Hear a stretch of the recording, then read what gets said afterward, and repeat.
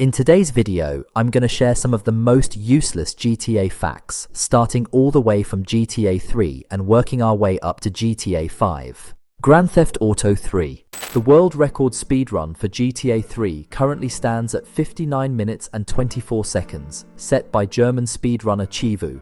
And honestly, that's insane. Like, how is that even possible? Most of us took years to finish this game properly, and here's someone clearing it in under an hour. So what's actually going on here? Well, speedrunners take full advantage of a complex glitch known as script stack underflow, a memory manipulation exploit that lets them trigger missions completely out of order, even right at the start of the game. Basically, it tricks GTA 3's internal scripting system into thinking you've already completed certain missions, allowing players to jump straight into later parts of the story. But if that's possible, then why not beat the game even faster? Turns out, GTA 3's story structure doesn't allow the final mission to be unlocked early, no matter what kind of wizardry you pull off. On top of that, many of these skips are much easier to perform on console versions, while most runners prefer PC, which behaves differently in how it handles mission scripts. So while you can skip a few missions here and there, the time it takes to actually set up those glitches often ends up being longer than just playing them normally. Once speedrunners escape Portland, the major glitch potential in GTA 3 mostly disappears, meaning that record is likely as fast as the game can possibly go. Originally, GTA 3's police cars were actually meant to be blue instead of the classic black and white design we see in the final game. You can even spot these early blue cop cars in one of the TV commercials, where gameplay footage still shows the older design. It's not entirely known why Rockstar decided to change this, but the most likely reason ties back to the real-world events that happened just before GTA 3's release. Since Liberty City is heavily based on New York City, and the NYPD cars are also blue, Rockstar probably wanted to distance the game's police design from its real-life counterpart to avoid any unwanted associations. So, the change to a black and white color scheme not only made Liberty City's police look more fictional, but also helped Rockstar keep the game's tone separate from the real-world atmosphere at the time. A German TV commercial for GTA 3 actually revealed something pretty wild. At one point during development, Claude could blow up big planes along the airport runway. You can probably guess why Rockstar had to remove that feature before release.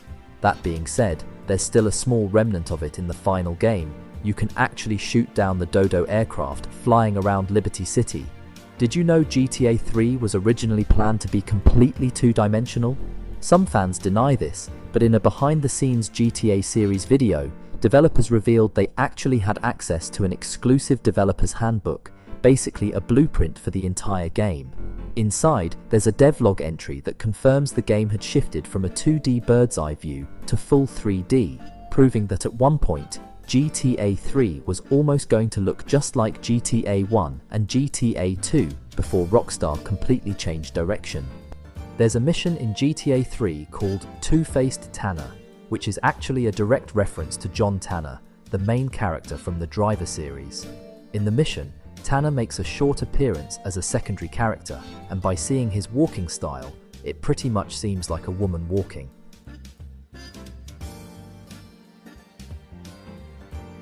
This moment marked the start of a long-running comedic rivalry between Rockstar Games and the developers of Driver.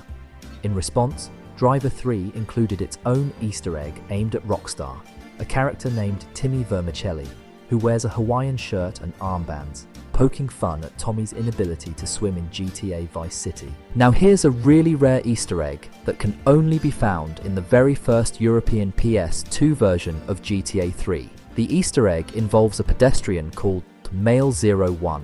If you bump into him, he can sometimes be heard saying, "He designed the PlayStation 2. I designed the PS2.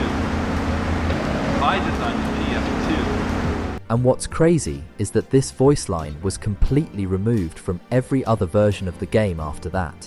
You can sometimes spot a pickpocket NPC wandering around Liberty City, a small-time street criminal who'll actually steal money from nearby pedestrians.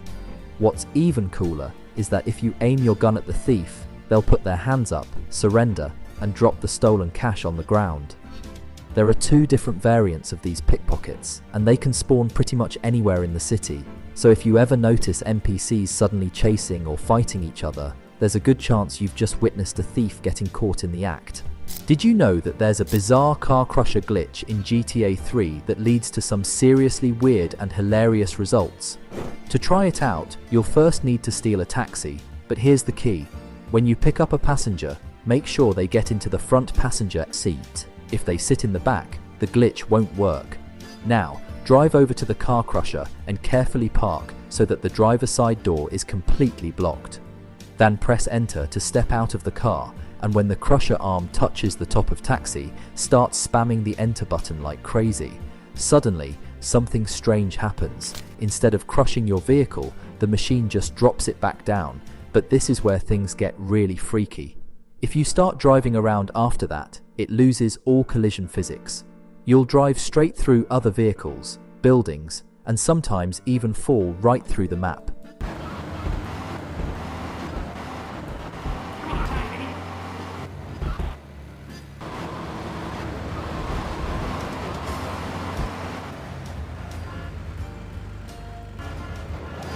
And if you try turning left and right repeatedly, your car will start to grow. It keeps getting bigger and bigger until, at some point, it looks like a giant car on the road, making all the other cars around it seem tiny.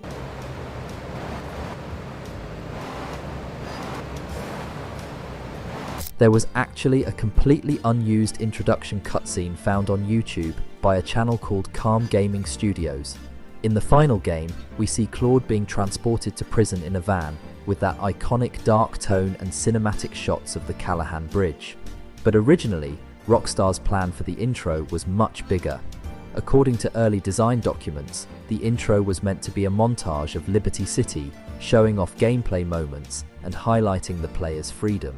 The unused intro shows what this might have looked like, with wide camera pans across the city, background music, and gameplay snippets. Unfortunately, it seems this version was cut due to PS2 hardware limitations, and if you look closely at the footage, you can see heavy pop-in, which probably made Rockstar scrap the idea altogether. The PC version of GTA 3 was actually supposed to include a multiplayer mode, complete with several PvP maps built directly into the game. One of these maps took place in a massive underground sewer system beneath the city, connected to the Bank of Liberty. Another planned deathmatch map was the Sky High construction site, where players would have fought across dangerously high scaffolding and platforms overlooking the entire city.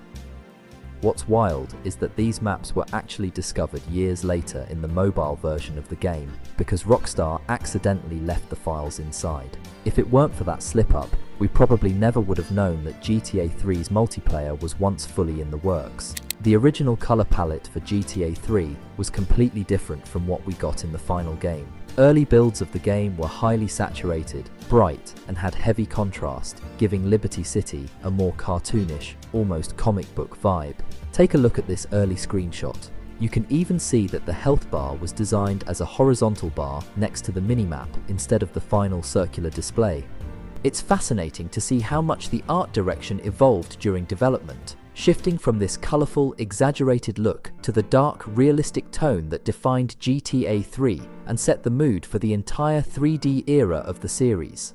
Every GTA game has had its fair share of exclusive collector's items and rare memorabilia, and GTA 3 was no different.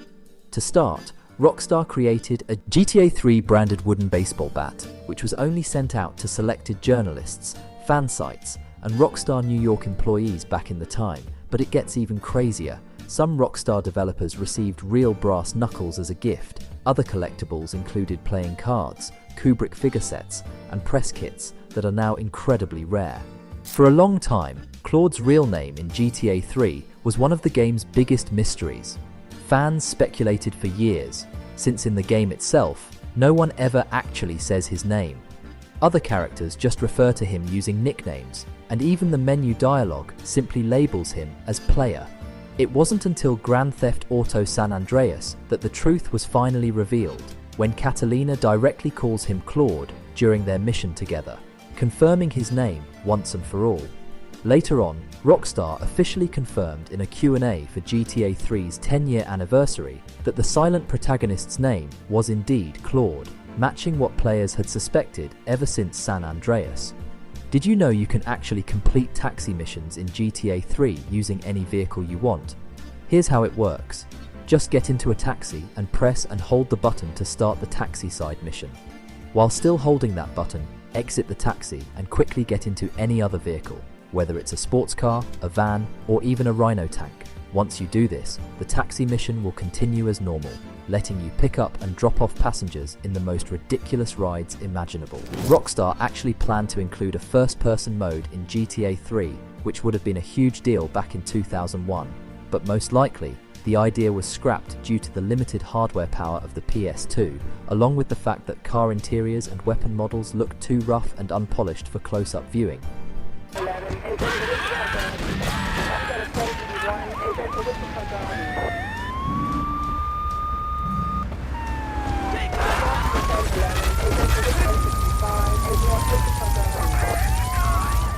Inside the internet cafe on the second island in GTA 3, if you look closely at one of the PC monitors, you'll actually see it playing GTA 1 and GTA 2, the original top-down, bird's-eye view versions of the game that came before GTA 3. It's a really cool self-reference from Rockstar. There's a billboard in GTA 3 that reads, "See you in Miami," featuring an image of a plane taking off from what looks like Miami Airport. At the time, most players assumed it was just ordinary background detail, but looking back, it was actually a clever tease for GTA Vice City, which came out shortly after and was set in Miami. And you can find a similar billboard in GTA Vice City, which references GTA 3, which we discussed in the Vice City Facts video. A GTA 3 beta preview was once featured in Power Station Gaming magazine, issue number 69. Yes, seriously. Inside that issue, there was a fascinating screenshot showing what appeared to be a giant, creepy face sculpture somewhere in the city. However, in the final version of GTA 3, no such statue or prop exists. It looked genuinely bizarre, and many believe it was meant to be Rockstar's twisted take on the Statue of Liberty's face from real-life New York. Whatever the reason, Rockstar likely cut it because, let's be honest, it looked way too ugly and unsettling to make it into the final game. The original GTA 3 logo, seen behind Dan Houser in an interview, actually featured a red and orange color scheme instead of the classic black and white design we all know. Interestingly, this early version of the logo was later discovered hidden in the Vice City game files, suggesting Rockstar reused some leftover assets during development. However, the alpha version of the logo looked like this, which you can see. GTA 3 was actually originally planned to release on the Sega Dreamcast alongside the PlayStation 2 version. However, because the Dreamcast's hardware simply wasn't powerful enough to handle Rockstar's new 3D open-world vision, the idea was eventually scrapped. Amazingly though, some incredibly skilled modders have recently managed to get GTA 3 running on Dreamcast hardware, and it's seriously impressive to see. Interestingly, Vice City was originally planned to be a DLC expansion for GTA 3, but Rockstar eventually realized it had the potential to become a full-fledged game, and that decision definitely paid off. Now you see GTA Vice City as an independent game rather than a DLC. On the second island, right in Times Square, there's a really fun Easter egg, an in-game billboard advertising GTA 3 itself. The sign boldly reads, GTA 3, out now, rockstargames.com. And here's another fascinating detail. The weather in GTA 3 isn't random at all. It actually follows a predetermined pattern, cycling through sunny, cloudy, rainy, and foggy in a set order before looping back to the start. So, no matter how long you play, the weather will always repeat in the same exact sequence. Did you know that there's a bizarre car crusher glitch in GTA 3 that leads to some seriously weird and hilarious results? To try it out, you'll first need to steal a taxi, but here's the key. When you pick up a passenger, make sure they get into the front passenger seat. If they sit in the back, the glitch won't work. Now, drive over to the car crusher and carefully park so that the driver's side door is completely blocked. Then press enter to step out of the car, and when the crusher arm touches the top of taxi, start spamming the enter button like crazy. Suddenly, something strange happens. Instead of crushing your vehicle, the machine just drops it back down, but this is where things get really freaky. If you start driving around after that, it loses all collision physics. You'll drive straight through other vehicles, buildings, and sometimes even fall right through the map.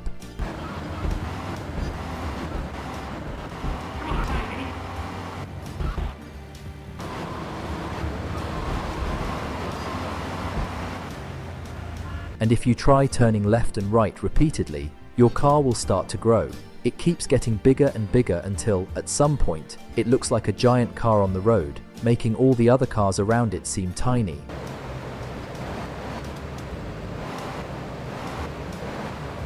Grand Theft Auto Vice City. Did you know if you show up at the military base in GTA Vice City wearing Tommy's regular outfit, the soldiers will open fire the moment they spot you? But here's the trick: if you steal a police uniform from the station first and then head to the base, suddenly nobody cares. You can walk around, explore the base, without them shooting at you. Apartment 3C in Ocean Beach actually had a completely different purpose during Vice City's development. Early beta screenshots and even a 2002 GameSpy preview hinted that this place was supposed to become one of Tommy's safe houses, unlocked after a mission where you take out its owner. But in the final game, things changed. The apartment still exists, but instead of being a safe house you can own, it turned into a direct Scarface reference where Tony Montana's friend gets chopped up with a chainsaw inside a Miami apartment. It makes you wonder if this was originally meant to be Tommy's first claimed property. Considering the bathroom scene and the early beta screenshots, it seems pretty likely. You can find health pickups all over Vice City to heal for free, but if you try to pick up the one in front of a hospital, every time you heal, it actually costs Tommy $20. A small but clever detail most players miss. And what happens if you try to pick up the health icon with no money? Well, the hospital just refuses to help. There's one vehicle in Vice City that most players completely overlooked: a black Voodoo. It only appears during the mission 2-Bit Hit. Normally, the Voodoo comes in maroon color, but this mission spawns a rare black version that you can't find anywhere else in the game. What makes it even cooler is that you can't repaint a regular Voodoo black at Pay and Spray. This one's completely unique. So if you manage to steal one during the mission, make sure to keep it since it's not available elsewhere. After taking over Diaz's mansion in the mission Rub Out, if you look closely at the photos around the house, you'll notice something funny. One of Diaz's portraits has been vandalized. It looks like Tommy, or someone working for him, drew a cartoonish cat face over Diaz's face, almost like mocking him after taking his empire. It's such a small detail almost everyone missed. I can't be the only one who tried sneaking past this checkpoint back in the day just to see what was behind it. As a kid, I kept ramming into that invisible wall Rockstar placed there, hoping something cool was on the other side. Turns out, if you use a trainer or air brake now, you'll see it's just a jet bridge leading to a plane, nothing too special, and you can't even go inside. Have you ever wondered where Sonny Forelli's office is actually located in GTA Vice City? Well, it turns out the interior area used for that cutscene is actually inside the Ocean View Hotel, right next to where Tommy is during the scene. Rockstar probably did this to make the scene transition faster. Remember, it's a game from 2002 running on PlayStation hardware, so instead of loading two separate areas, they placed both characters in the same building. If Tommy wants to own every property in GTA Vice City, he'll need a total of $441,000. That's for all 7 safe houses and 10 assets spread across the city. But here's the funny part. All 7 safe houses together cost only about $41,000, while the rest, a massive $400,000, comes entirely from the business assets. So yeah, Tommy's real money sink isn't the houses, it's the empire. And if you're playing on the mobile version, things get even more interesting. Rockstar actually cut all asset prices in half. The Malibu Club goes from $120,000 to $60,000. The Print Works drops from $70,000 to $35,000, and the rest follow that same pattern. In the mission Boomshine Saigon, Phil Cassidy accidentally blows off his right arm in a freak explosion while showing off in front of Tommy. However, when Tommy later drops him off at the hospital, it's suddenly his left arm that's missing instead. This inconsistency carries over into GTA 3, where Phil also appears with his left arm missing. It's a clear continuity error. The cutscene artist accidentally animated the wrong arm, and by the time Rockstar noticed, the mistake had already become part of GTA. Do you know who the Ammu-Nation store clerk is in Vice City? Well, he is actually Sam Houser, the president of Rockstar Games, and if you look closely, you'll even notice a small Rockstar logo on his uniform. But here's where things get even more interesting. If you stand on the counter with a rocket launcher and then turn around while aiming, you can actually see through the wall. And behind that wall, Rockstar hide a secret image. On the right side, you'll spot US President Ronald Reagan holding a pistol, and on the left, Soviet leader Mikhail Gorbachev. There was actually a cut mission in Vice City involving Avery Carrington. According to leftover mission text found in the game files, Avery was supposed to call Tommy and ask him to act as his chauffeur, picking up his representative and driving them to a place called the Gator Keys. The interesting part is, the Gator Keys don't exist anywhere in the final game.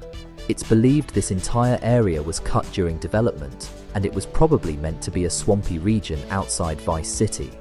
What's even cooler is that Gator Keys were mentioned again years later in GTA 6's trailers. It looks like Rockstar is finally bringing that cut location back to life.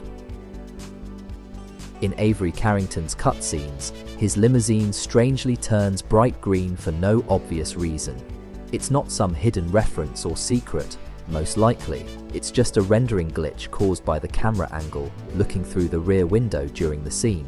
Small visual bugs like this were actually pretty common in older GTA games, especially during scripted cutscenes, where lighting and reflections didn't always behave the way Rockstar intended. Did you know there are a few unique cars in GTA Vice City that never spawn naturally in traffic? That's exactly why Sunshine Autos is such a goldmine for collectors.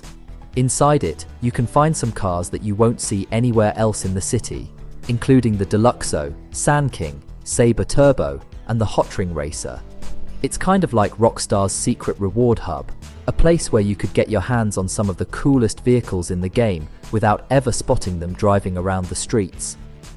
There's a hidden beach ball minigame in Vice City where the game actually counts how many times you can bounce it off Tommy's head.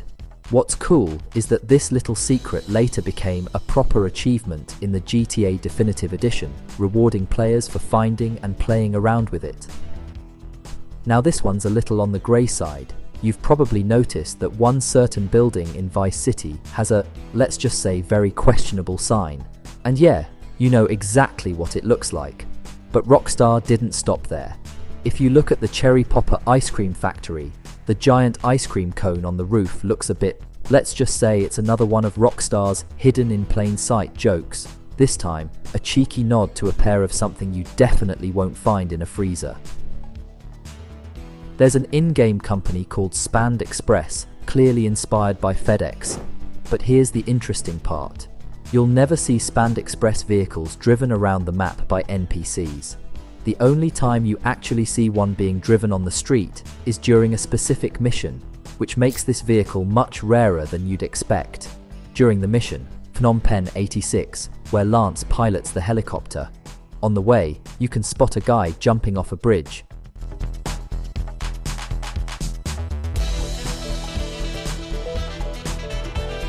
Turns out he's a Spanned Express employee, so maybe after the riot mission, he was fired from the job, or their working conditions aren't that great after all. In the official Vice City user manual that came with the PlayStation 2 version of the game, it actually states that Vice City's population in 1986 was 1.8 million people. That's a surprisingly huge number, especially when you think about how small the actual in-game map is. The Desert Eagle was supposed to appear in the mission The Shootist, and Tommy was even given one from Phil. However, it never made it into the final game. Instead, players are limited to the revolver and the standard pistol. Did you know that Vice City originally had way more weapons that never made it to the final game? Rockstar actually cut a taser, landmines, nail gun, and even a silenced pistol before release. And here's something even crazier. Vice City is the only GTA game without an AK-47.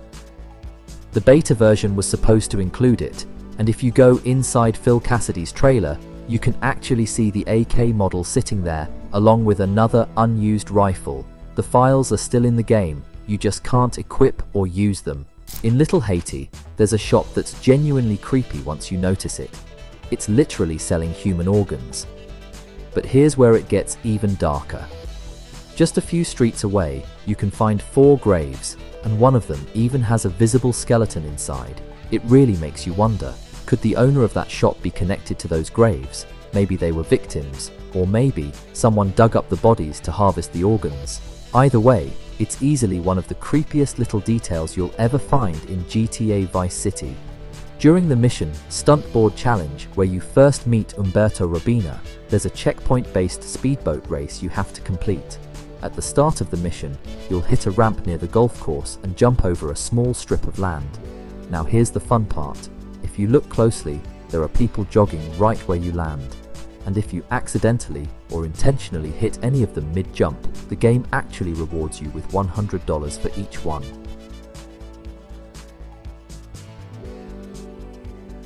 If you attack any hostile gang in Vice City, they'll instantly fight back, just like you'd expect. But things get interesting when you try the same with your own gang members.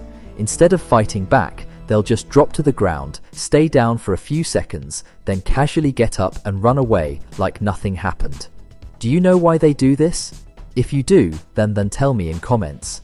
The Interglobal Film Studio in Vice City was actually supposed to have one more mission that never made it into the final game. According to leftover code found in the Definitive Edition files, there was an unused mission where Steve Scott, the film director, would ask Tommy to help him shoot a car chase, since the studio didn't have the budget for a real one. Apparently, the goal was to cause chaos in the streets to make the chase scene look realistic for the movie. The mission was cut before release, but the entire script still exists. What's cool is that Rockstar didn't let the idea go to waste. They actually reused this exact concept years later in Vice City Stories. In the mission, Accidents Will Happen for Rennie Wasselmeyer, Vic Vance does the same thing.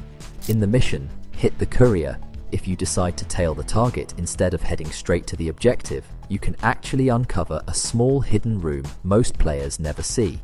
There's a door that opens up and a group of NPCs walk out. These are the enemies that are supposed to ambush you later in the mission. But if you follow closely enough, you'll catch that moment in real time, take them out early, and even sneak inside the hidden room yourself. Inside the Angels Motorcycle Club, where Mitch Baker and his crew usually hang out, there's a bunch of real-world photos hanging on the walls, including actual pictures of the developers who worked on Vice City.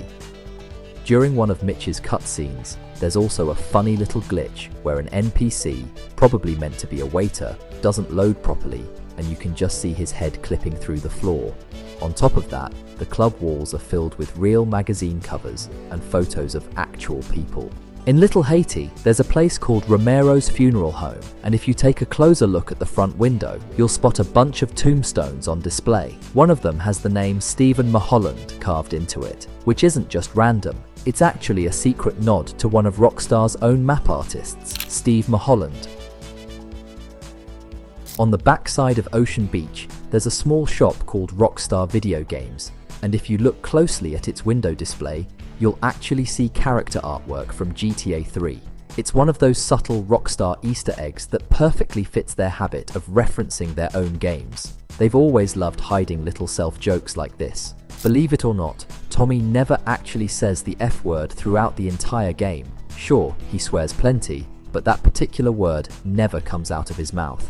Interestingly, there are only a few instances where the word appears in the game, and one of them can be spotted on a poster inside Phil Cassidy's trailer in the junkyard, making it one of the very few places in Vice City where the F word actually exists. In the mission G Spotlight, you need to reach the rooftop to start that crazy bike stunt sequence, and it's easily one of the most insane moments in the game. But here's something you might not know. Before this mission, the elevator inside that building is actually locked. Once you complete the mission though, the lift becomes fully functional. and you can ride it up anytime you want to replay those rooftop jumps just for fun. Now, here's something that most players never notice. If you look far off toward the airport while on the first island, you can actually spot a strange ghost tower in the distance. But as soon as you move closer, that tower completely disappears. The reason is that Rockstar accidentally left in the tower's low-detail LOD model, the one meant to be seen from far away, but removed the detailed version that should appear up close. So what you're seeing is literally a leftover phantom building floating in the skyline. And speaking of Vice City's clever inspirations, those tiki statues collectibles in the game are actually filled with drugs according to in-game context, and that idea came straight from the TV show Miami Vice. In one episode, smugglers hid stuff inside tiki statues. Grand Theft Auto San Andreas. The sunrise in the very first mission of San Andreas is actually iconic. The reason it looks so good is because the game sets the weather to something called countryside sunshine. Normally, this weather only shows up when you're out in the countryside later in the game, but Rockstar forced it into this mission on purpose, probably just because it looked so cool. It's actually a smart move too, because that's the first time players see San Andreas after the intro cutscene, and Rockstar clearly wanted to make a strong impression. A lot of fans even remember that moment as one of the most beautiful scenes in the whole game. In San Fierro, there's actually a statue that's meant to represent Rockstar Games founder Sam Houser, one of the legends behind the GTA series. What's cool is that the statue isn't a brand new model. Rockstar just reused the same character model from Vice City, the one you see inside Ammunition, which is also based on Sam Houser. There's a skyscraper in San Andreas that's pretty unique. At the very bottom of the building, there's a doorway that, if you walk into it, will instantly teleport you all the way to the top. The game even gives you a parachute so you can jump right off. There's a similar spot out in the desert. If you go to the base of that tower, the same thing happens. You're teleported to the top, given a parachute, and left with an amazing view of the desert. The symbol you see on the paramedic vans in San Andreas is questionable, to say the least. It's definitely supposed to represent the sign of life, but the design looks a little strange. The Hot Knife is a pretty awesome vehicle in San Andreas, and Rockstar actually went the extra mile with it. If you look closely, it has a rotary engine that's fully animated and moving while you drive. That's a crazy amount of detail for a car most players probably don't even pay much attention to. If you hop into a clean car and drive it around for a few minutes, you'll notice it slowly gets covered in dirt and grime. Pretty realistic for a game from 2004. The BMX bike is actually the strongest vehicle in the entire game. Yep, stronger than even a Rhino tank. You can blow it up with rockets, satchel charges, grenades, even set it on fire, and nothing will destroy it. The only way to get rid of it is by dumping it into the water. There's a billboard in San Andreas that advertises a street cleaning company called True Grime. This is almost definitely Rockstar poking fun at the True Crime game series, which was a competitor to GTA back in the day. Tell me in comments if you ever played any of the True Crime game. Anyways, on PC, if you press caps lock while flying a police helicopter, you can actually turn the searchlight on or off. Sadly though, you can't control where it points. It just goes here and there without any proper direction. Round San Andreas, you can actually find trash bags on the streets with flies buzzing all around them. That's literally a very cool detail. If you take a BMX into a pay and spray, instead of fixing it up, you'll get a unique message on screen saying, "I don't do toys." What the fuck? In Fort Carson, near Tierra Robada, there's actually a spin-off version of the Vinewood sign. And right next to it is a Cluckin' Bell that's completely unique. Unlike every other fast food spot in the game, that's open 24/7. This one actually closes and opens depending on the time of day. It opens at 6 AM, making it the only restaurant in the game with working business hours. Out in the countryside near Blueberry, there's a random telephone pole that looks normal at first. Until you check it in free cam, you will find out that most of the pole is actually underground. And this isn't just a glitch. This exact spot is the 0 point, or you can say midpoint of the map. Rockstar most likely used it as a reference marker for building the entire map of San Andreas. At night, farms across San Andreas look completely empty and silent, but once morning hits, the fields suddenly come alive. You'll see farmers out with tractors, harvesters, and machinery going about their work. It's a small detail that makes the countryside feel way more alive than you'd expect for a game this old. Did you know that Tornado in GTA San Andreas is actually a fighter jet in the game files? If you change its type from car to plane, it suddenly gets machine guns and missiles, and no other car in the game can do that. And if you get a high wanted level, the game will even send fighter jets after you. The reason for this is because Rockstar originally planned to add a jet called the Tornado, but it never got finished, so it was turned into a car instead. San Andreas has a total of 233 pieces of clothing you can buy across 6 different stores. That breaks down into 75 torsos, 43 pants, 41 shoes, 17 glasses, 12 watches, 12 chains, and 33 hats. And that's just the regular clothing in shops. If you add in special outfits and unlockables, the wardrobe is even bigger. No wonder people spend hours just customizing CJ. Here's a wild detail. If you're using thermal goggles in San Andreas and you shoot a pedestrian, you can actually watch their body cool down as they die. At first they'll glow red from body heat, but as they lose blood and life, their body turns blue in the scope. Rockstar didn't have to add that at all, but it's such a crazy detail for 2004. During the mission Snail Trail, you're told to follow the damn train all the way to Los Santos. But halfway there, you'll pass a much shorter train. If you decide to follow that one instead, it leads to something really weird. Once it leaves Cranberry Station, the train goes off the normal tracks and follows a phantom route. You can even jump onto it, and it'll start flying through the air, clipping through mountains, and eventually taking you out of bounds on the map. In the mission Tagging Up Turf, CJ has to spray a bunch of tags around Los Santos. At one point, Sweet says he's going to go do another hood. You hit this up here, and I'll go up and do another hood. But if you check, he's actually not doing anything at all. He just sits in a car back on Grove Street, waiting for CJ to finish. Rockstar probably left him parked there because the game needed Sweet loaded in memory somewhere nearby. Everyone remembers Pier 69, right? Well, here's a fun detail. If you already have a sniper rifle when the mission starts, the cutscene plays normally. But if you don't have one, Caesar will actually hand CJ a sniper. That's some nice mission design. And if you blow up the boats before Ryder gets to them, he just gets stuck on an island, standing there doing absolutely nothing. Now you better shut up.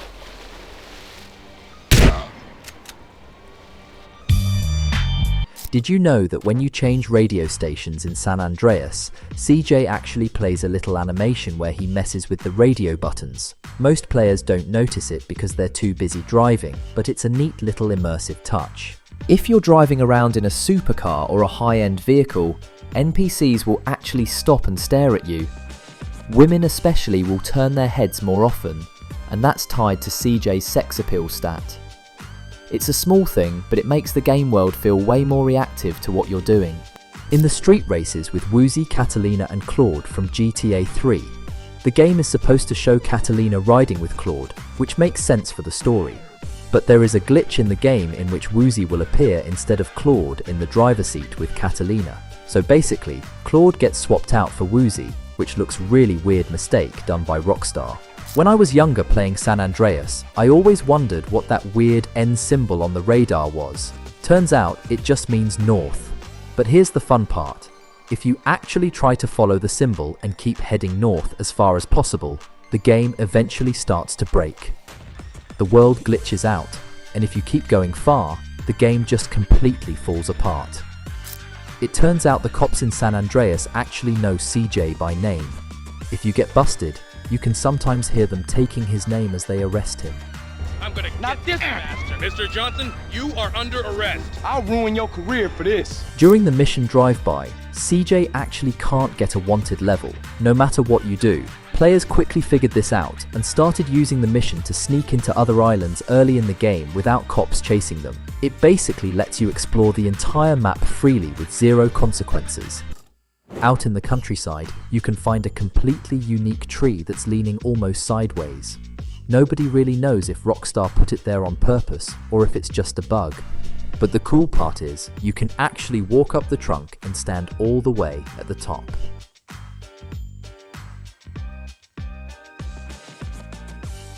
There's a sign out in the desert that seems to break the laws of reality. From one side it looks perfectly circular, but if you walk around to the other side, it suddenly turns into a square. Like seriously, what's happening here? Inside the Crack Fortress, there's a statue of Big Smoke, but it's not his final design. The statue actually uses his beta model, which can be seen in early screenshots of the game. And he's not the only one who changed. Ryder and Sweet both had very different beta designs too. Throughout the entire story of San Andreas, CJ can earn a total of around $693,000. A big chunk of that comes just from completing the final mission end of the line, which is $250,000. If you tried to walk across the whole San Andreas map from one end to the other, it would take you over an hour in real time. Pretty impressive, especially when you remember the map is actually smaller than GTA 5's map. Here's something interesting about how the game runs. In certain areas, San Andreas will purposely slow your car down. This was done to help the game render more objects without lagging. On highways though, you'll notice your car can reach a much higher top speed compared to City Drive. Grand Theft Auto 4. Rockstar once uploaded a Weasel news clip themselves, and the date on the broadcast is 2009, which is strange because everyone assumes GTA 4 is set in 2008. But this video basically hints that the story might actually take place a year later. It even mentions the bank robbery happening in 2009, meaning GTA 4 might secretly be one of the only GTA games set in the future. If you're low on health, you can call an ambulance and they'll actually show up to heal you. But here's the weird part. They charge $970. Even the game jokes about how ridiculously expensive it is. And the funniest detail? A $5 hot dog from a street vendor heals you just as much.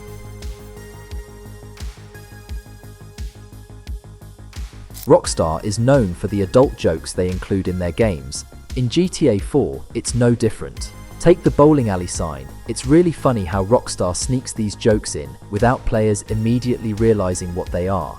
Another example is the mini golf course, because the moment you look at it from above, you realize what it's actually shaped like. If you're running low on cash in GTA 4, here's an easy way to stack some quick money. Look for armored vans and blow them up. When they explode, they drop a nice pile of cash on the ground, and if you keep hitting multiple vans, you can actually make some pretty solid money just from doing this.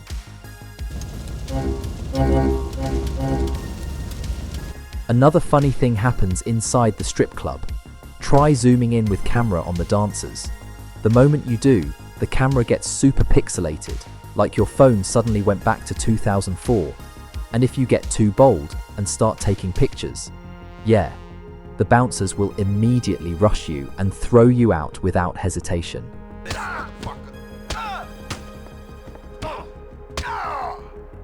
If you've traveled on trains in GTA 4, you'll notice that the camera isn't adjustable, it's locked to a cinematic view. But if you pull out your phone camera, you can actually look inside the train. It's a super unique detail that almost nobody knows about. In the mission Bleed Out, if you destroy Roman's car before getting in, you can actually trigger a unique dialogue and cutscene. Take a look for yourself. Rico, the cab is fucked!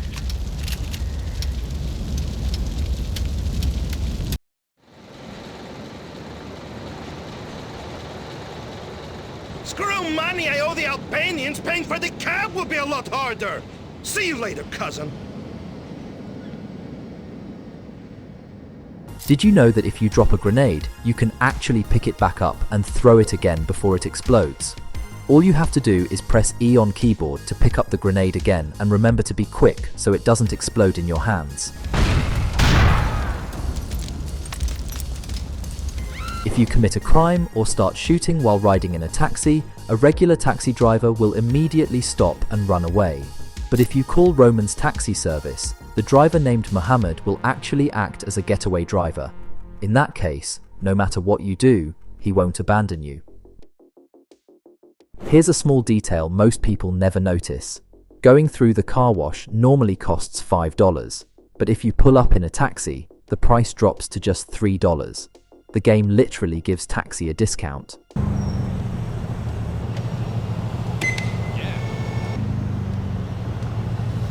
In the mission Hostile Negotiation, most players just drive to rescue Roman. That's the normal way to play. But if you try pulling up there in a helicopter, you'll notice something wild. There are guys with rockets waiting on the rooftops, ready to shoot you down the moment you get close. Rockstar really thought of that. If you knock someone down using a baseball bat, especially when they're holding a pistol or any firearm, there's a chance they'll actually drop their weapon the moment you hit them. It doesn't happen every time, but when it does, it feels like you just disarmed them like some action movie badass.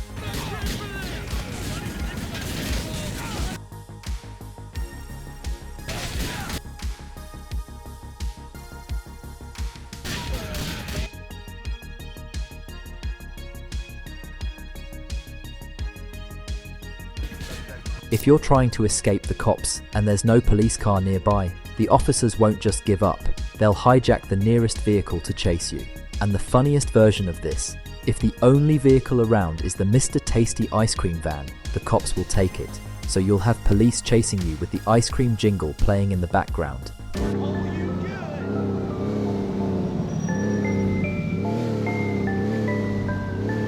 LCPD, let's slow it down.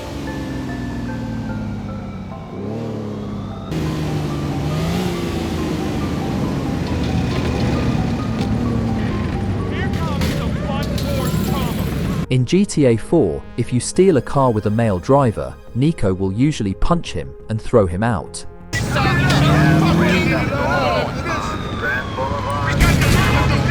But when the driver is a woman, Nico never hits or harms them. He simply pulls her out of the car. This small difference shows a kind of respect towards women built into his character. It's one of those hidden details that makes me appreciate Nico even more as a protagonist. Gracie Ancelotti and I? Shut up! Never mind.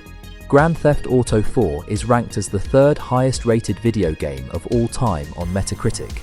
Dan Houser himself even said GTA 4 is his favorite story he ever wrote for the series.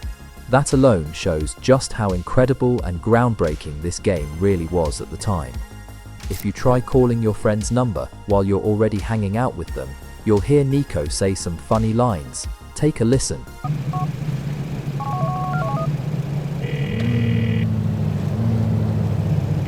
Yeah, I'm busy. Call me back. Oops, my mistake. These stupid phones. Oh, that's just me messing around. In the mission Coming Down in The Lost and Damned, when you drop Ashley off at her apartment, there's a tiny detail most people never notice. If you switch to a free camera and look around her place, you can spot this orange hoodie with the number 12 on it. Now, this isn't just some random hoodie. This is the hoodie worn by the legendary Orange 12 pedestrian from GTA San Andreas. Man, you stink. If you are boarding a train with a 3-star wanted level, you'll get a message at any train station saying the cops have stopped the train. And if your wanted level reaches 4 stars, trains won't stop at stations at all. They will just rush past through the stations.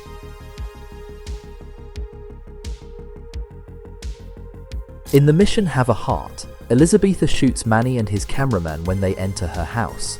But if you look closely when their bodies are in the trunk, the cameraman's eyes are open and even blinking. It almost looks like he's still alive, which might just be a glitch or oversight by Rockstar. Either way, it's a strange little detail that makes the scene feel unsettling and mysterious.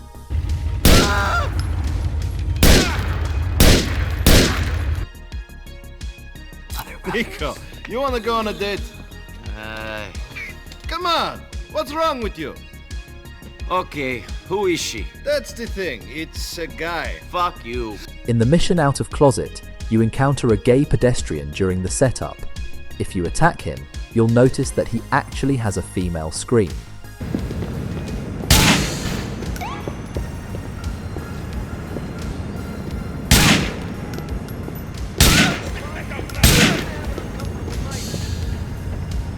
In GTA 4's trailer, you can spot seagulls flying around in one of the shots. But in the actual game, seagulls only exist as collectibles you can shoot at specific locations. What most players don't know is that seagulls do spawn at the ferry depot around at 7 AM in-game. If you visit at that time, you'll see them.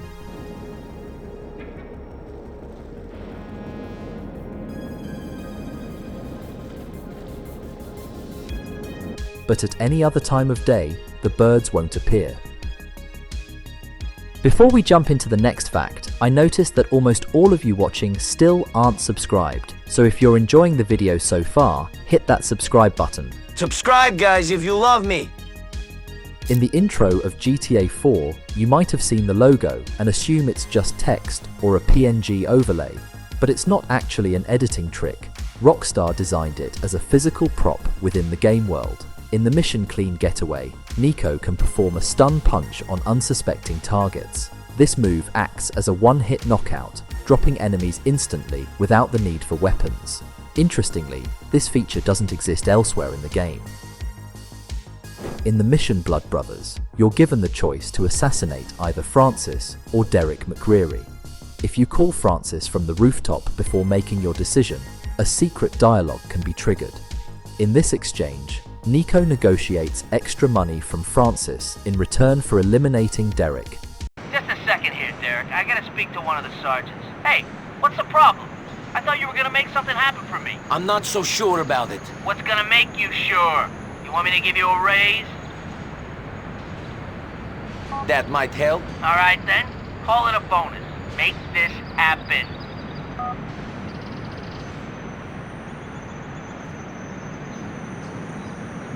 The street artist drawings you can find, scattered around the map, are actually believed to be concept art for GTA characters from previous games.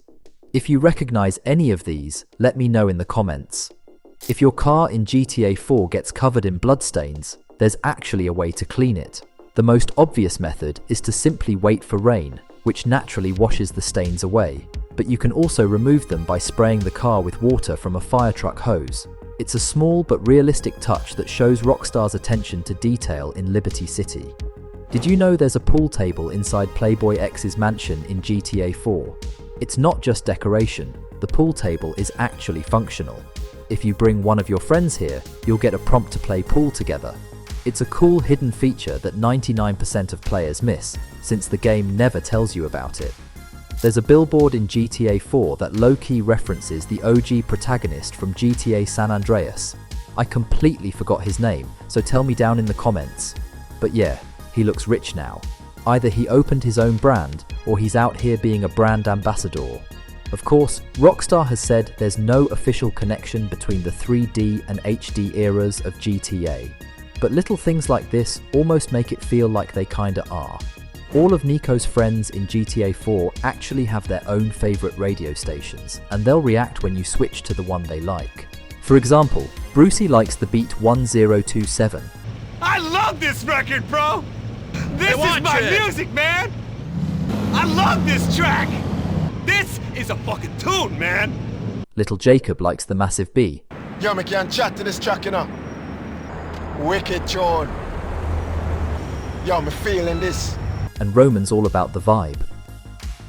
So on the Love Meet website, there's this profile called Undercover Lover. Her face is blurred out and everything. But here's the funny part. Her unblurred face is actually in the game. If you go to the Playboy Mansion interior, you can find a magazine on the table, and it shows her exact same face, completely uncensored. If you see them side by side, you can tell they both are same. When you take out Faustin in the mission The Master and the Molotov, try calling his number afterward. Instead of the usual "can't connect," you actually get a completely unique voicemail from his wife. This is Elena Anna Faustin. If you are looking for Mikhail or wanting to collect on a debt, then please look elsewhere. My husband is dead. Show Anna and I respect by leaving us be. It's a small detail, but Rockstar really went the extra mile with it.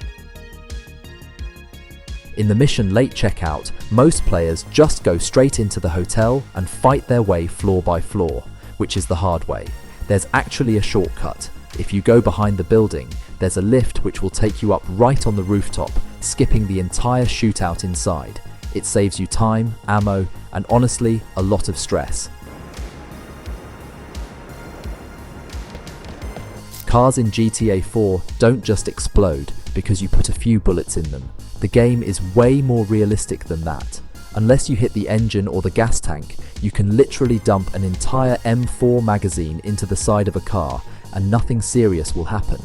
You have to damage something critical for it to actually catch fire, like engine.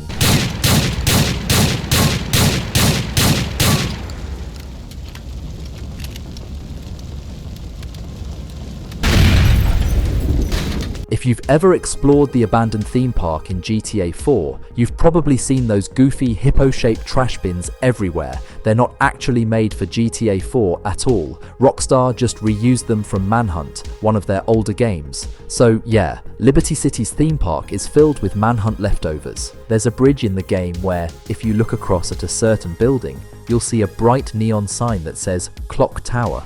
But at night, the L doesn't light up. So from a distance, it spells something very different. Rockstar definitely knew what they were doing with that one. Grand Theft Auto 5.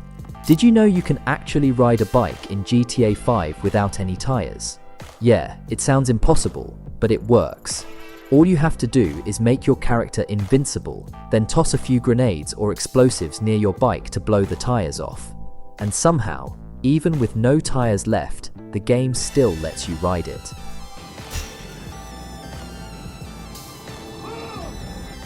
And there is a trick.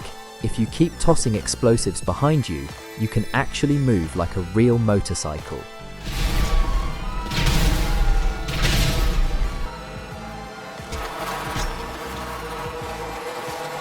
Like every GTA game, GTA 5 doesn't actually load the whole world at once. It loads stuff around you as you move. That's why things in the distance just pop in when you get closer.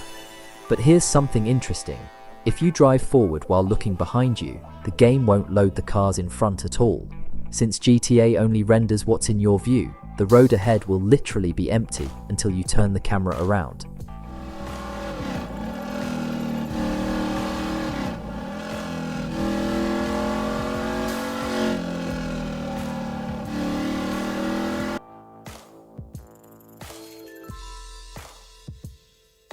So yeah, for a few seconds, you can drive like a maniac without crashing into anything. But when you look forward again, the traffic reappears and starts coming toward you. Did you ever notice the bookshelf in Franklin's mansion? If you look closely, there's a book titled The Liberty King. And the funny part? The guy on the cover is actually Donald Love. Yep, the same mysterious businessman from the old GTA games who straight up vanishes in GTA 3 and is never mentioned again. A lot of players think Michael is 45 years old, mainly because Trevor says it in the game, but if you check his gravestone, it says he was born in 1965, which means he was actually 48 when GTA 5 takes place in 2013. And if we move that timeline to 2025, Michael would be around 60 years old today. Kinda crazy to think about how he'd look now. Do you know which car in GTA 5 has the most customization options? I'll give you 5 seconds.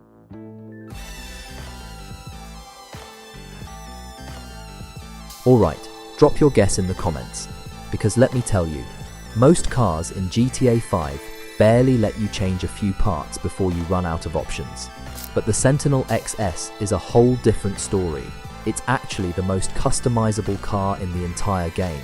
You can modify almost everything. There are so many combinations that it's almost impossible for a bunch of people to end up with the same car. Honestly, if everyone on Earth built their own version, each one would probably look completely unique.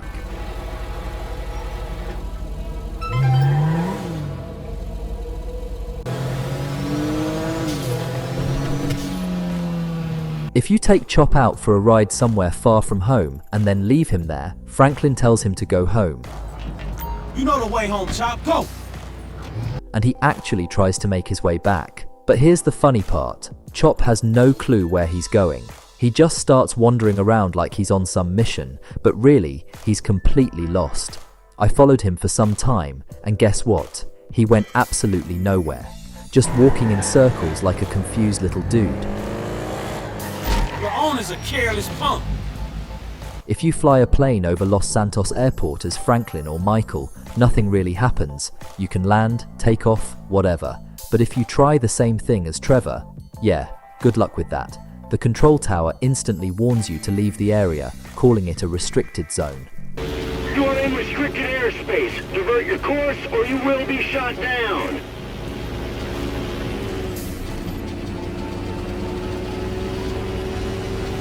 Turns out, Trevor's actually banned from the airport because of his past with the military. Let me know in the comments if you know the full story behind it. I will pin the one with the correct story. So, if you go to Franklin's Aunt Denise's house, right in front of the garage, there's this small light that actually turns on only when Franklin gets close to it.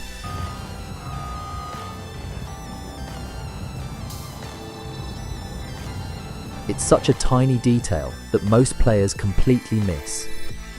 If you somehow manage to make Trevor and Franklin meet before Michael officially introduces them, things get pretty wild.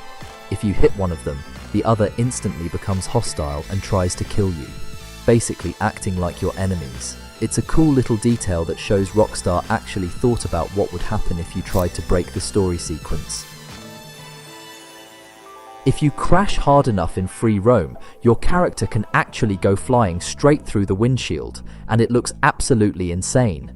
But here's something you probably never noticed. If you try the same thing during a mission while driving with someone else, it never happens. No matter how fast you go, you'll stay glued to your seat.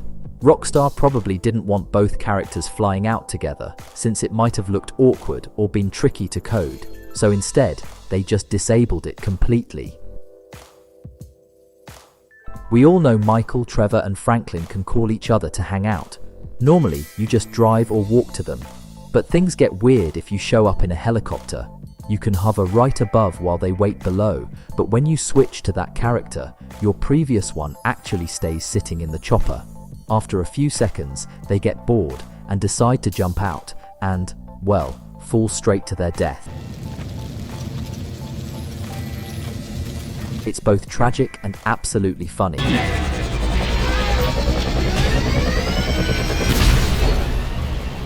Normally in GTA 5, the forklift feels completely useless. It can't even lift most of the objects it's supposed to.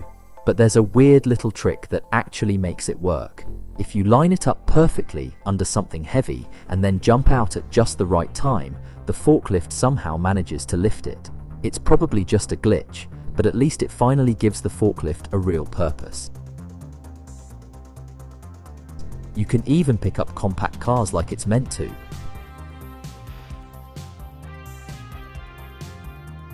Sure, bigger vehicles fall off because of those tiny fork arms, but still, it's satisfying to see it actually work for once. Did you know you can actually play with Chop? You can throw a ball and he'll run after it and bring it back, just like a real dog. But the funny part is, if you throw a grenade instead, he'll still chase after it, like it's his favorite toy. And yeah, you can already imagine how that ends. Over here, Chop!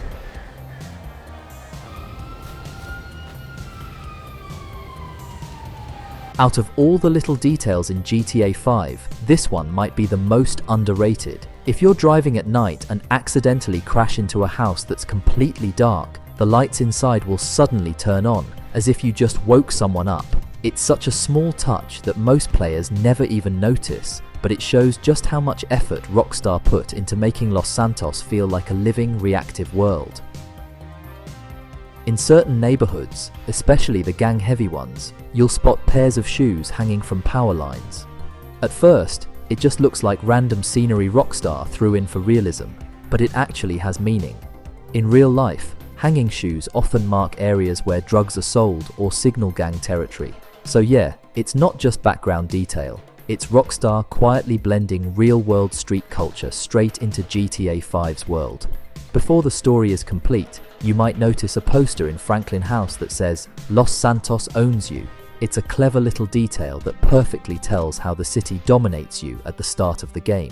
But once you finish the story and Franklin becomes a big shot, that message completely flips. In his new office, the sign now reads, "You own Los Santos." It's a subtle way of showing how far he's come, from being owned by the city to owning it himself. If you crash into or hit most trees in GTA 5, you'll see small leaves falling off, which is already a nice little detail. But Rockstar didn't stop there.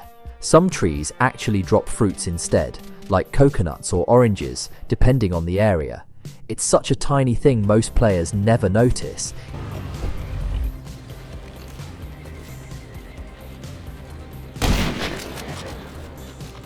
If you check your phone's signal in GTA 5, you'll usually see full bars all over Los Santos. But as soon as you go into a tunnel or near the prison, your signal slowly fades away, hinting that Rockstar actually added signal jammers there, which is a crazy little detail most players never notice. Most players remember that brutal FIB mission where Trevor tortures a guy for information. Everyone thinks it's unavoidable, but there's actually a way to skip it entirely. If you take out the main target before the torture starts, the whole cutscene changes. Trevor tortures him once, but after you shoot the target, he never gets the chance to do it again. Down there, who? What the hell? That was the guy. I had a feeling. It'll check out. Well, we've got him. It's done. And the mission just ends with the characters saying the job's done. It's such a small alternate path that most players never discover, but it completely changes how that mission feels. Sometimes in GTA 5, if you ignore or miss a mission call, the game doesn't just stop there. Instead, the character will actually text you all the important details you would have heard over the phone. It doesn't happen every time, but it's a clever backup system that keeps the story moving smoothly. When you're driving with NPCs in the car, pay close attention to their faces. They actually react to your driving. If you're calm and drive normally, they'll just sit there relaxed. But the moment you start speeding, their expressions instantly change. They look nervous, scared, or straight up pissed off. The same thing even happens when you're driving with other main characters. It's a tiny detail, but it makes every car ride feel way more alive. If you drive on this road in Los Santos, you'll notice almost everyone ends up doing the same thing. They hit those objects in the middle of the road. Like, literally everyone, including me. Weirdly, someone even tried the same stunt in real life, and there's footage of it online, but I won't show it here for obvious reasons. Don't try that in real life. The person who did it actually ended up in jail. During the Big Score mission, there's a part where Lester has to shoot down a Merryweather chopper from the back of your helicopter. What most players don't realize is that if you don't keep the chopper steady enough for Lester to make his shots, you can actually lose a massive amount of money, up to $100 million gone just like that. There goes half the metal! Talking about the wind farm, this place can actually save your life during a chase. If you fly here with helicopters on your tail, the enemy choppers fly straight into the blades and get completely destroyed. It's both hilarious and kind of genius. You don't even have to shoot them down. The wind farm literally defends you. Just make sure you don't fly too close. See it yourself.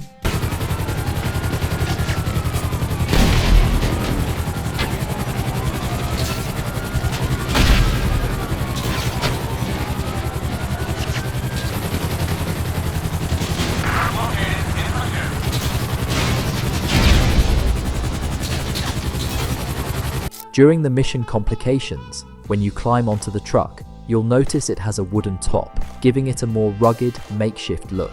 But if you see the same truck later in the mission marriage counseling, the wooden cover is completely gone, leaving you to wonder why it suddenly disappeared.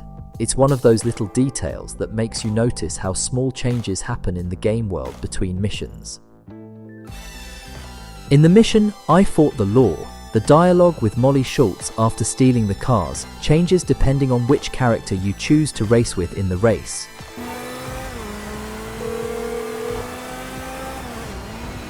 Speak. Ah, the lady from before. Devon's assistant. Good to be working with you. It's Molly Schultz, Senior Vice President and General Counsel to Mr. Weston's holding company. And if you think it's good to be working with common thieves, well, you're very mistaken. Have you got the cars? Wow, the whole resume. Yeah, we got the cars. Bring them to Hayes Auto on Little Bighorn in South Los Santos. Mr. Weston and I will meet you there. Yes? I know that voice. You're that Johnson's Johnson. Molly Schultz, Senior Vice President and General Counsel to Devon Weston's holding company, if that's what you mean. Ah, keep talking. I'm enjoying this. Let's assume you're talking about the cars. Bring them to Hayes Auto on Little Bighorn in South LS. Mr. Weston and I will meet you there. Whoa, don't hang up. I think I love you. Hello? Hey, you that lady? The intense dude's assistant, right? Assistant? This is Molly Schultz, Senior Vice President and General Counsel for Devon Weston Holdings. I need to tell Devon we got them cars. Mr. Weston will not discuss matters like this with you on the phone. I'll be your port of call for business concerns. Well, shit, me and your boss ain't gonna have any personal concerns. Bring the cars to Hayes Auto on Little Bighorn in South Los Santos. Mr. Weston and I will meet you there. In the Paletto score, if you take out the cop outside the bank before heading to the vault, the cutscene will be triggered instantly, skipping the whole money looting scene. And oddly enough, the cop you just shot shows up alive in the next scene. This was probably not intended by Rockstar, but it actually comes in handy for speedrunners since it lets you trigger the cutscene without having to walk all the way to the vault. This will save you some time.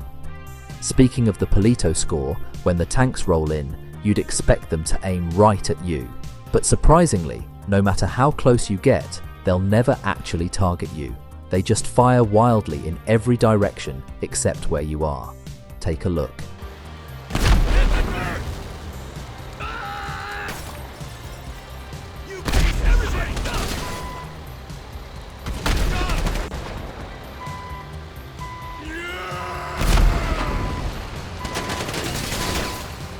There's a small little detail in the mission deep inside, the one where you steal the JB700 from the movie studio.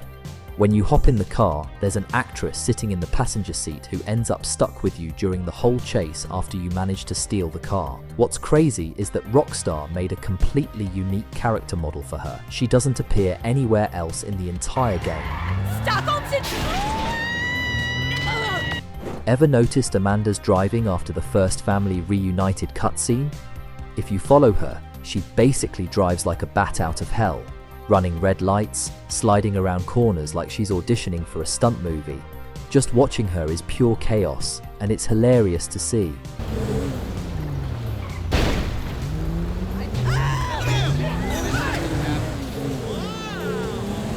Here's something small but interesting.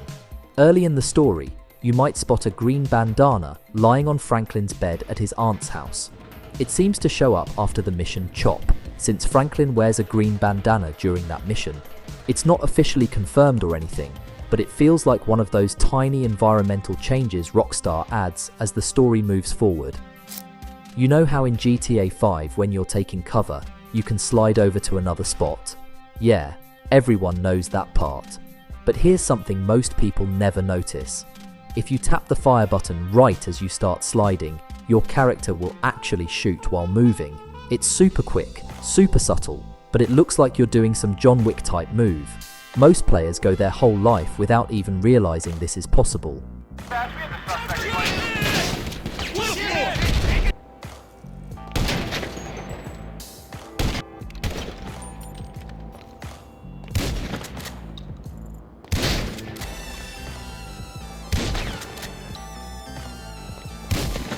If you ever played GTA 4, you probably remember how the in-game websites had all sorts of hidden little things. GTA 5 kinda has its own version of that, but barely anyone talks about it. There's this random site called junkenergydrink.com in the game, and if you open it, during the story, it literally gives you locations for all the stunt jumps and base jumps around the map. It only shows up during certain parts of the story, so you have to be checking for it and see which time it's available. It's one of those tiny details you'll never notice unless someone tells you. In pretty much every Dr. Friedlander cutscene, you can see a yacht sitting way out in the ocean behind his office. And that's not just cinematic magic. If you manage to glitch or teleport into his office during free roam, the yacht is still sitting there. But the second you step outside into the open world, it's gone, completely removed. Nobody really knows why Rockstar decided to wipe it from free roam. The most well-known reason could be that during those cutscenes, the background looks very empty and lifeless, so the yacht helps add life to the scenes. Again, this isn't confirmed, but the theory seems plausible. Up in Palito Bay, there's that giant lumberjack statue everyone knows about, but it's hiding a tiny detail most players never even think to check. He's holding that huge barrel on his shoulder, right? Well, if you actually shoot the barrel, water starts leaking out of it. It pours out for a while until it eventually runs completely dry.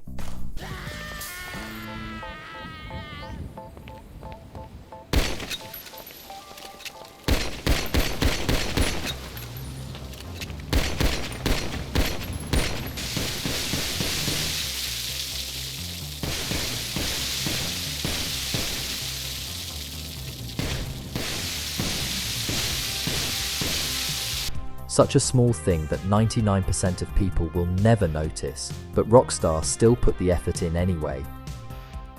Wrecked car in the biker campsite near Mount Chiliad. If you look closely at the license plate, it actually says California. Now that's really strange because Rockstar never uses real-life names in GTA. It's always San Andreas instead of California. So why does this random junk car have California on it?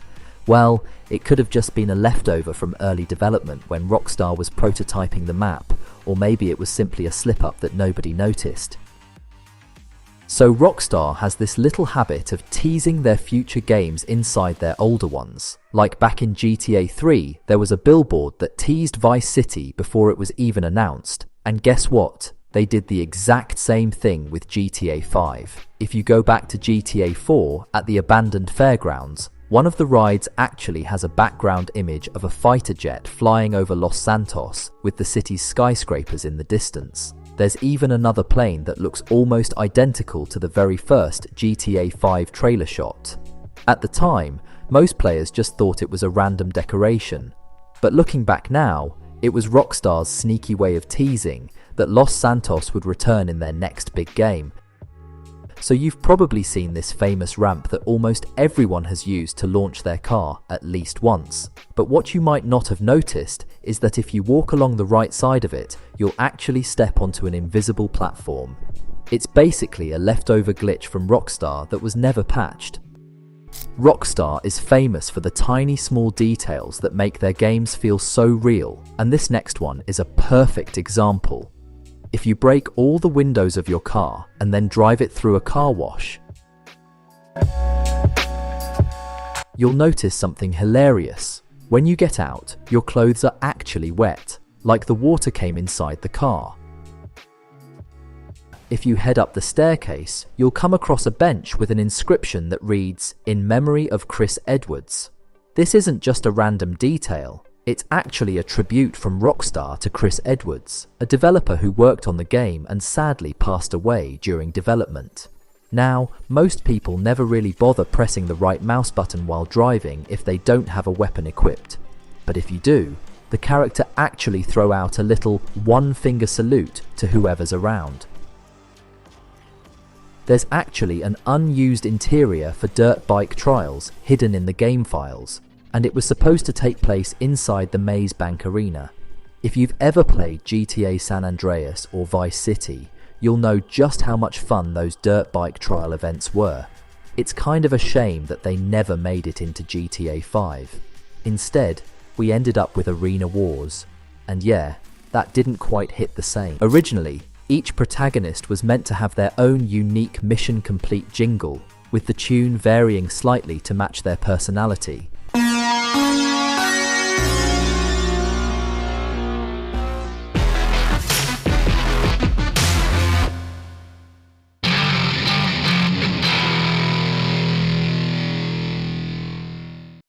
And with that, our almost 2 hours of GTA Facts finally comes to an end. So if you enjoyed it, don't forget to subscribe to my channel. And if you liked this one, chances are you'll enjoy the others too. So feel free to browse the channel. There are a lot of good videos waiting for you.